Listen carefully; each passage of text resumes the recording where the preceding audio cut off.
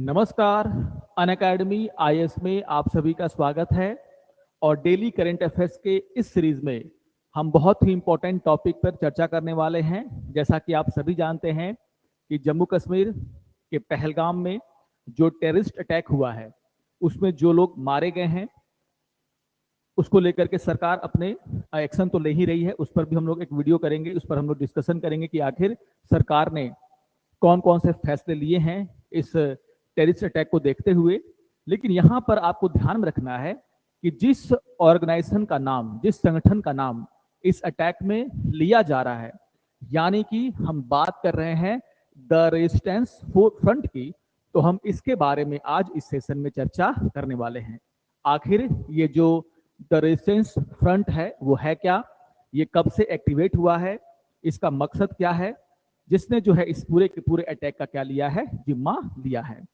तो आइए शुरू करते हैं आज के इस सत्र को और यहाँ पर समझना शुरू करते हैं कि आखिर ये जो रेजिस्टेंस फ्रंट है ये कैसे पनपा है, कैसे ये स्प्रेड हुआ है कश्मीर में और किस तरीके से यह अब घातक बनता जा रहा है। तो आइए शुरू करते हैं।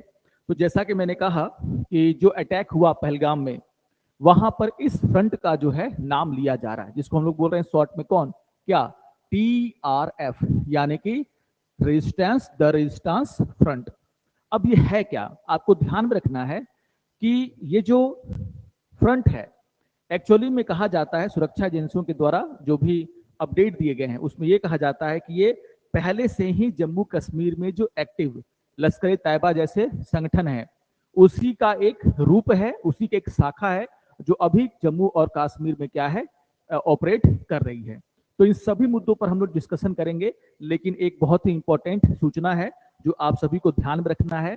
जैसे हम लोग डेली बेसिस पर करंट अफेयर्स का डिस्कशन करते हैं, उसी तरीके से अगर आप चाहते हैं कि आपके पास मंथली जो हमारा करंट अफेयर्स का मैगजीन होता है वो आपको मिल सके, आपको जो है पिछले वर्षों के जो प्रश्न हैं वो मिल सके, तो आप हमारे वेबसाइट पर आ सकते हैं और वहां से इन सभी जो इंपॉर्टेंट चीजें हैं उसका फायदा उठा सकते हैं। जैसे अगर आपको मैगजीन और नोट्स चाहिए, अगर आपको जो मंथली करंट अफेयर्स है उसके नोट्स चाहिए, वीकली करंट अफेयर्स के नोट्स चाहिए, PYQ चाहिए, तो आप इस हमारे वेबसाइट से इसको डाउनलोड कर सकते हैं।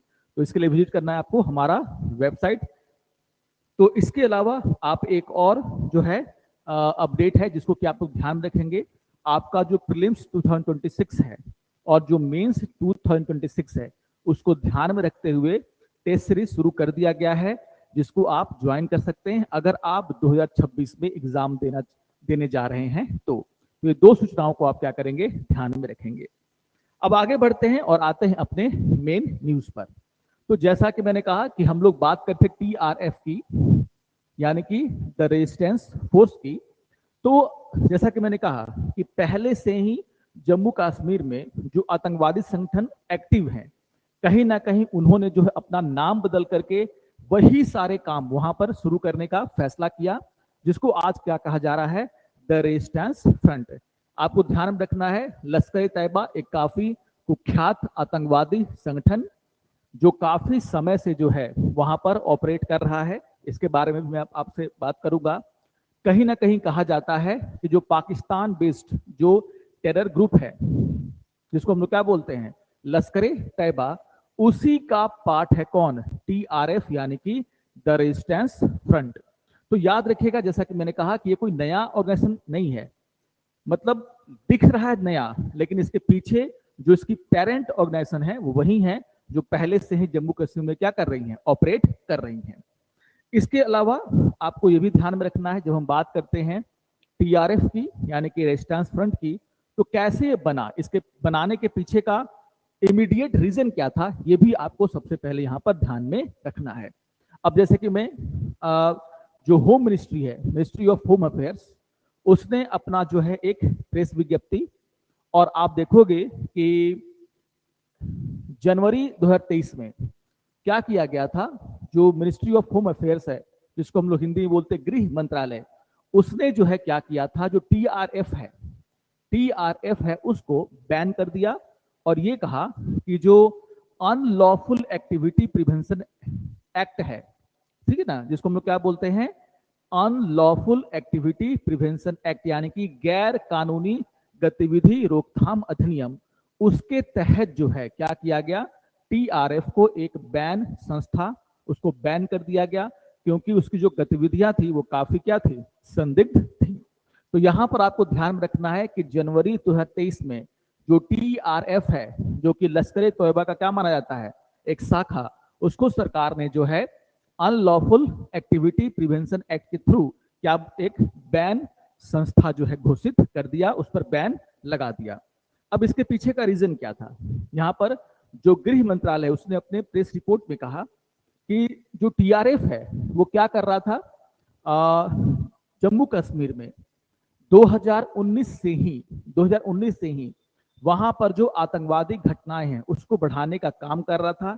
जैसे कहा गया कि ये क्या कर रहे थे, ये जो टेररिस्ट एक्टिविटी है उसको बढ़ावा दे रहे थे। कैसे दे रहे थे, तो ये जो वहां के जो लोकल यूथ हैं उनको जो है ये रिक्रूट कर रहे थे, और क्या है, थ्रू ऑनलाइन मीडियम। याद रखिएगा, नई टेक्नोलॉजी का आप ये यूज करके वहां के जो जम्मू कश्मीर के जो यूथ हैं उनको रेडिकलाइज करके ये क्या कर रहे थे, जो टेररिस्ट एक्टिविटी है उसमें शामिल करने का ये काम कर रहे थे। तो क्या कहा गया कि TRF is recruiting youth through online medium. किस लिए, ताकि जो जम्मू कश्मीर में जो टेररिस्ट एक्टिविटी है उसको बढ़ाया जा सके, उसको चालू रखा जा सके। यहां पर आप देखोगे कि ये जो है टेररिस्ट एक्टिविटी को एक तरीके से प्रोपेगेंडा के रूप में इसको क्या कर रहे थे, यूज कर रहे थे। आप कह सकते हो कि रिक्रूटमेंट ऑफ टेररिस्ट का इन पर क्या लगा, आरोप लगा। Infiltration of terrorist and smuggling of weapons, इन पर यह भी आरोप लगाया गया कि पाकिस्तान से जो टेररिस्ट इन्फिल्ट्रेट करके भारत आते हैं उसमें भी ये क्या कर रहे हैं, मदद कर रहे हैं। इसके अलावा जो नारकोटिक्स यानी कि नशीले पदार्थ और जो वेपन्स हैं उनकी स्मगलिंग में भी ये संगठन क्या है, जुड़ा हुआ है। और इसीलिए आप देखोगे कि जनवरी 2023 में सरकार ने क्या किया, टीआरएफ को एक बैन ऑर्गेनाइजेशन घोषित कर दिया, जो कि जम्मू कश्मीर में टेररिस्ट एक्टिविटी को बढ़ावा देने का काम करता है। तो ये फैक्ट्स आपको ध्यान में रखना है, कब उसको जो है एक है ना, एक जो है टेररिस्ट ऑर्गेनाइजेशन घोषित किया गया और बैन ऑर्गेनाइजेशन बैंड कर दिया गया। इसको आपको सबसे पहले ध्यान में रखना है। अब जैसे मैंने कहा कि जो टीआरएफ है, अगर हम उसके उदय की बात करें तो 2019 से माना जाता है कि इसका जो एग्जिस्टेंस है वो दिखना शुरू हुआ। और जैसे कि मैंने कहा कि जो लश्कर तोयबा है उसी की एक ये शाखा है।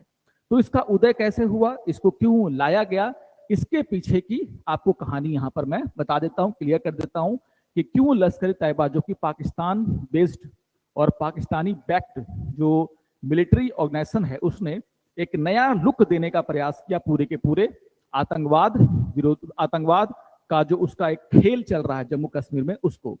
अब आप देखोगे कि यहां पर हम लोग चर्चा करने वाले कि आखिर जो टीआरएफ है वो बना कैसे, उसके पीछे का राज क्या है, और वो क्यों जो है इतना जो है अभी एक्टिव हो रखा है। तो यहां पर आप ध्यान रखोगे कि जब हम बात करते हैं लश्कर तैयबा की, तो बहुत पहले से ही ये जम्मू कश्मीर में क्या कर रहा है, आतंकवादी घटनाओं को अंजाम दे रहा है। और इसका गठन कब हुआ था, तो याद रखिएगा कि लश्कर तैयबा वाज फाउंडेड अराउंड 1985। और इसका मकसद क्या था कि जम्मू और कश्मीर को जो है पूरी तरीके से पाकिस्तान में क्या करना, मिलाना। तो पाक ऑक्युपाइड कश्मीर के साथ साथ जो भारत में हिस्सा है उसको भी क्या करना, पाकिस्तान में मिलाना। और इसके लिए वो क्या करेगा, आतंकवाद का वहां पर सहारा लेगा। लेकिन ध्यान में रखिएगा कि ये अपने मंसूबों में क्या हो रहा था, सफल नहीं हो पा रहा था। और जो जितने भी इसके आतंकवादी जो थे भारत में, इसके जो टॉप कमांडर थे, उसको चुन चुनकर भारतीय सेना ने क्या किया, न्यूट्रलाइज करना शुरू कर दिया था। और 2018 आते आते आप देखोगे कि बहुत सारे जो इसके आतंकवादी जो जम्मू कश्मीर में ऑपरेट कर रहे थे उसको सेना ने चुन चुन करके खत्म कर दिया। इनके जितने भी टॉप कमांडर हैं उनकी लिस्ट सेना के पास थी, इनको भी न्यूट्रलाइज किया गया। तो कहीं ना कहीं आप देखोगे कि लश्कर तैयबा जो कि एक पुराना संगठन है, आतंकवादी संगठन है, जो जम्मू कश्मीर में क्या कर रहा है, आतंकवाद फैला रहा है, उस पर काफी सेना ने क्या कर रखा था, सिक्योरिटी फोर्सेस ने दबाव बना रखा था और इनको समझ में नहीं आ रहा था कि क्या करें। दूसरा कि पाकिस्तान भी बदनाम हो रहा था, क्योंकि लश्कर तैयबा पूरी दुनिया जानती है इसका गठन पाकिस्तान में हुआ है, तो पाकिस्तान की जो आतंकवादी छवि है भारत उसको भी पूरी दुनिया में सामने उजागर कर रहा था। इसी बीच आप देखोगे हुआ क्या, 2019 में आप सभी जानते हैं कि जो है, अच्छा उस पर हम लोग बात करेंगे, लेकिन सबसे इंपॉर्टेंट क्या है 2019 का तो हम लोग बात करेंगे जब धारा 370 को क्या किया गया था, वहां से हटाया गया था। लेकिन सबसे इंपॉर्टेंट बात यह है कि जो लश्कर तैयबा है वो पाकिस्तान के लिए भी क्या है, सिरदर्द बन गया था। क्यों बन गया था? क्योंकि आप देखोगे पाकिस्तान को ये लगता था कि जो लश्कर तैयबा है उसके कारण पाकिस्तान की जो छवि है वो खराब होती जा रही है, एक आतंकवाद समर्थित देश के रूप में उसको क्या है समझा जा रहा है। और पाकिस्तान के लिए नुकसानदायक इसलिए था क्योंकि पाकिस्तान को लगता था कि अगर ऐसा जारी रहा, लश्कर तैयबा अगर पाकिस्तान से ऑपरेट करता रहा, उसका नाम हमेशा आता रहा, तो कहीं ना कहीं जो फाइनेंशियल एक्शन टास्क फोर्स है जिसको हम बोलते हैं ना FATF financial action task force, कहीं वो पाकिस्तान को जो है इसके ग्रे लिस्ट में जो है डाल ना दे। ये बहुत ही इंपॉर्टेंट बात है। तो पाकिस्तान को इस बात, एक तो उसकी इकोनॉमी ऐसे ही खराब है और अगर FATF उसको ग्रे लिस्ट में डाल देता तो इससे जो है जो भी वहां पर इन्वेस्टमेंट आता है वो भी क्या हो जाता, रुक जाता। तो मैं सबसे पहले आपको ये बता देता हूं कि आखिर ये FATF है क्या। आपको ध्यान में रखना है, फाइनेंशियल एक्शन टास्क फोर्स है क्या, ये एक दुनिया के देशों का क्या है, संगठन है, एक यानी कि इंटर गवर्नमेंटल ऑर्गेनाइजेशन है, जो कि ये ध्यान रखता है कि कहीं दुनिया के देश ब्लैक मनी को बढ़ावा तो नहीं दे रहे हैं, मनी लॉन्ड्रिंग को बढ़ावा तो नहीं दे रहे हैं, और साथ ही साथ जो टेरर फाइनेंसिंग है उसको तो बढ़ावा नहीं दे रहे हैं।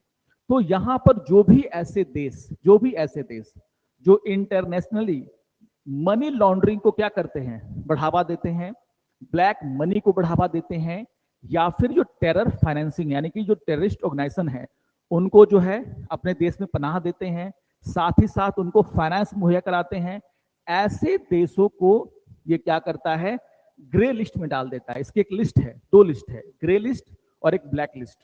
तो ग्रे लिस्ट का मतलब ये है कि उनको शक है कि वो देश जैसे पाकिस्तान है, अगर पाकिस्तान क्या कर रहा है, उसका नाम बार बार आ रहा है कि उसके देश में बना हुआ एक संगठन लगातार भारत में क्या कर रहा है, आतंकवादी घटनाएं अंजाम कर रहा है, तो इसका मतलब है ये समझा जाएगा कि पाकिस्तान के जो कानून हैं, जो लॉ हैं, और या फिर जो पाकिस्तान की सरकार है वो क्या कर रही है, लश्कर तोयबा जैसे संगठनों को मदद करती है, वहां पर वो रह करके फल फूल रहे हैं। तो हो सकता है कि जो AFATF है वो क्या करे, पाकिस्तान को टेरर फाइनेंसिंग के मामले में उसके यहाँ जो काम नहीं हो रहा है, उसको रोकने के जो काम वो नहीं कर रहे हैं, उसके कारण उसको कहां डाल दे, ग्रे लिस्ट में। और किसी भी देश का नाम अगर ग्रे लिस्ट में चला जाए तो इसका फर्क ये पड़ता है कि उस पर शक है कि वो क्या कर रहा है, मनी लॉन्ड्रिंग कर रहा है, ब्लैक मनी को बढ़ावा दे रहा है, टेरर फाइनेंसिंग कर रहा है। इसका मतलब दुनिया का कोई भी कंपनी, कोई भी देश उस देश में जाकर के इन्वेस्टमेंट करने से बचेगा। आप इन्वेस्टमेंट कहां करते हैं, वहीं करते हैं ना जहां आपको लगता है कि कारोबार करने के लिए माहौल अच्छा हो। तो यहां पर FATF के ग्रे लिस्ट में उन देशों के लिस्ट दी जाती है, सूची रहती है, जो क्या करते हैं, जिनके बारे में ये समझा जाता है कि वो अपने देश में मनी लॉन्ड्रिंग, ब्लैक मनी और टेरर फाइनेंसिंग को रोकने के लिए जिस जैसा कदम उठाना चाहिए था वैसा कदम नहीं उठा रहे हैं, जो एक्शन उन्हें लेना चाहिए था वो एक्शन नहीं ले रहे हैं। और अगर आप देखो पाकिस्तान ग्रे लिस्ट में पहले भी आ चुका है, अगर वो ग्रे लिस्ट में बना रहता, उसमें लंबे समय तक बना रहेगा, तो उसका होगा क्या कि एक तो उसकी इकोनॉमी ऐसे ही खराब है, और जो भी फॉरेन डायरेक्ट इन्वेस्टमेंट पाकिस्तान को आ रहा था वो भी जो है वहां पर नहीं आता। तो पाकिस्तान ये चाहता था कि कहीं ना कहीं जो ऐसे संगठन जो वहां पर क्या कर रहे हैं, आतंकवाद फैलाने का काम कर रहे हैं भारत में, और जिनका स्थापना पाकिस्तान में हुआ है, उनसे छुटकारा पाया जाए। तो ये एक पीछे से पाकिस्तान की सोच चल ही रही थी। साथ ही आप देखोगे इनको मौका क्या मिला कि मैंने क्या कहा कि जो धारा 370 को हटाने की बात चली 2019 में, उसके बाद पाकिस्तान चाहता था कि जम्मू कश्मीर में जो टेररिस्ट एक्टिविटियां हैं उसको क्या किया जाए, बढ़ावा दिया जाए। लेकिन वो अगर वो ऐसा करता और उन संगठनों के माध्यम से ऐसा करता जिनका जन्म कहाँ हुआ है, पाकिस्तान में, तो जैसा कि मैंने कहा कि अगर पाकिस्तान पर डायरेक्ट आरोप लगते हैं कि आपके देश में बने हुए संगठन के द्वारा क्या किया जा रहा है, जम्मू कश्मीर में आतंकवादी घटनाएं की जा रही हैं, तो होता क्या कि हो सकता था कि एफएटीएफ उसको क्या करे, ग्रे लिस्ट में डाल दे, पूरे इंटरनेशनली उसको आइसोलेट होने का खतरा था। तो उन्होंने जो है ये क्या किया, एक चाल चली कि क्यों ना एक नया ऑर्गेनाइजेशन बनाया जाए, एक नया संगठन बनाया जाए, जिसको ये दिखाया जाए कि वो क्या है, जम्मू कश्मीर का ही संगठन है और जम्मू कश्मीर के यूथ जो है उसको ज्वाइन कर रहे हैं और वो भारत के खिलाफ क्या कर रहे हैं, युद्ध कर रहे हैं। ये इसकी एक चाल थी, किसकी, पाकिस्तान की, और पाकिस्तान में जो लश्कर तैयबा है उसकी, कि हम, क्योंकि भारत हमेशा से ये कहता है कि जम्मू कश्मीर में, आज भी जम्मू कश्मीर में जो आतंकवादी हैं, लगभग कहा जाता है 120 से 125 आतंकवादी हैं, उसमें से कहा जाता है कि 110 के करीब क्या है, पाकिस्तानी जो नागरिक हैं वो वहां पर घुसे हुए हैं आतंकवादी के रूप में। यानी कि लोकल का सपोर्ट वहां पर काफी कम है, लोकल लड़के वहां पर कम है। तो ये जो एक भारत पॉजिटिवली इसको उठाता है, कहीं ना कहीं पाकिस्तान इसको क्या करना चाहता था, काउंटर करना चाहता था। तो यहां पर पाकिस्तान और जो लश्कर तोयबा जैसे संगठन है उन्होंने क्या सोचा कि एक ऑर्गेनाइजेशन बनाते हैं जिसको ऐसा लुक देते हैं जिससे वो दिखे कि वो जम्मू कश्मीर के लोगों का ही क्या है, संगठन है, वहां पर उसी के यूथ क्या करते हैं, ज्वाइन करते हैं, और वो भारत से आजादी मांग रहे हैं या फिर कश्मीर को अलग करने की बात कर रहे हैं, उसके लिए वो घटनाएं को अंजाम दे रहे हैं। बस यही सोच थी इसको बनाने के पीछे, और यहां पर आपको ध्यान में रखना है, ठीक है ना, ये चीजें। तो टीआरएफ क्या करता है, एकदम नए तरीके से, ठीक है ना। तो जैसे मैंने कहा कि पाकिस्तान क्या चाहता था, it wanted a militant outfit in Kashmir that sounds more indigenous, मतलब लोकल फील उसमें आए। तो ये क्या करते हैं, इन्होंने क्या किया, सोशल मीडिया का ये सहारा लेते हैं, फेसबुक का सहारा लेते हैं, टेलीग्राम का सहारा लेते हैं, व्हाट्सएप का सहारा लेते हैं, प्रोपेगेंडा फैलाते हैं, और ये कुछ दिखाने की कोशिश करते हैं कि ये कश्मीर का क्या है, संगठन है, और ये क्या कर रहा है, भारत में, भारत के खिलाफ कश्मीर की आजादी को लेकर के क्या कर रहा है, अपनी गतिविधियां चला रहा है। लेकिन आपको ध्यान में रखना है कि ये कोई कश्मीर उश्मीर का संगठन नहीं है, कोई लोकल लोगों का संगठन नहीं है। ये जो लश्कर तैयबा जिसका गठन पाकिस्तान में हुआ, जो पाकिस्तान से ऑपरेट करता है, उसी का एक शाखा है। बस यही आपको ध्यान में रखना है। लेकिन ये थोड़ा सा नया टेक्नोलॉजी को क्या करते हैं, यूज करते हैं, ठीक है ना, ये चीजें। और आप देखोगे नया जो रिपोर्ट आया, पुलिस का रिपोर्ट, उसमें भी यही कहा गया कि जो भी आतंकवादी घटनाएं अभी वहां पर घट रही हैं, उसमें कहीं ना कहीं टीआरएफ का नाम जो है बहुत ही बड़े तरीके से सामने आ रहा है, जिसके चलते आप देखोगे 23 में उसको बैन कर दिया गया। तो एनुअल रिपोर्ट जो आया था पुलिस का, उसमें साफ साफ कहा गया था कि maximum number of militant killed in the valley in 2022 belong to TRF. तो वही पाकिस्तान के टेररिस्ट आजकल जो है टीआरएफ के नाम से जो है क्या कर रहे हैं, है ना, यहाँ पर वैली में आतंकवादी घटनाएं अंजाम दे रहे हैं। लेकिन एक्चुअली में ये हैं कौन, ये वही पुराने संगठनों के लोग हैं, बस नाम बदल करके वैली में क्या कर रहे हैं, आतंकवादी घटनाओं को अंजाम दे रहे हैं। तो इसके बारे में सारी जो कहानी है मैंने आपको समझाने का प्रयास किया है, ठीक है ना। तो टीआरएफ है क्या, कैसे उसका जन्म होता है, उसमें 2019 में जो धारा 370 को हटाने के बाद जो थोड़े बहुत विरोध प्रदर्शन हुए, कहीं ना कहीं उसका फायदा उठाकर के इन्होंने क्या किया, इस ऑर्गेनाइजेशन को बनाने का काम किया, जिससे ये पता लगे कि कश्मीर के लोग ही क्या कर रहे हैं, आजादी की मांग कर रहे हैं या फिर आतंकवादियों का साथ दे रहे हैं, उन्हीं के लड़के क्या बन रहे हैं, आतंकवादी। लेकिन एक्चुअली में इसमें भी सारे वही लोग हैं जो पाकिस्तान के नेशनल हैं और भारत में आकर के दहशतगर्दी या फिर मिलिटेंट कार्रवाइयां करते हैं। तो इस बात को आपको ध्यान में रखना है। ओके, तो ये था हमारा आज का सेशन। मिलते हैं नेक्स्ट वीडियो में और कुछ और इंपॉर्टेंट टॉपिक पर हम लोग डिस्कस करेंगे। तो एवरीडे बेसिस पर टॉपिक्स को देखिए, काफी इंपॉर्टेंट टॉपिक्स पर हम लोग डिस्कशन करते हैं, काफी अच्छी जानकारी आपको इससे मिलने वाली है। तो अगर आपको ये सेशन अच्छा लगे तो जरूर इसको लाइक कीजिएगा, अपने कमेंट हमें दीजिएगा। तो मिलते हैं नेक्स्ट वीडियो में, तब तक के लिए नमस्कार और धन्यवाद।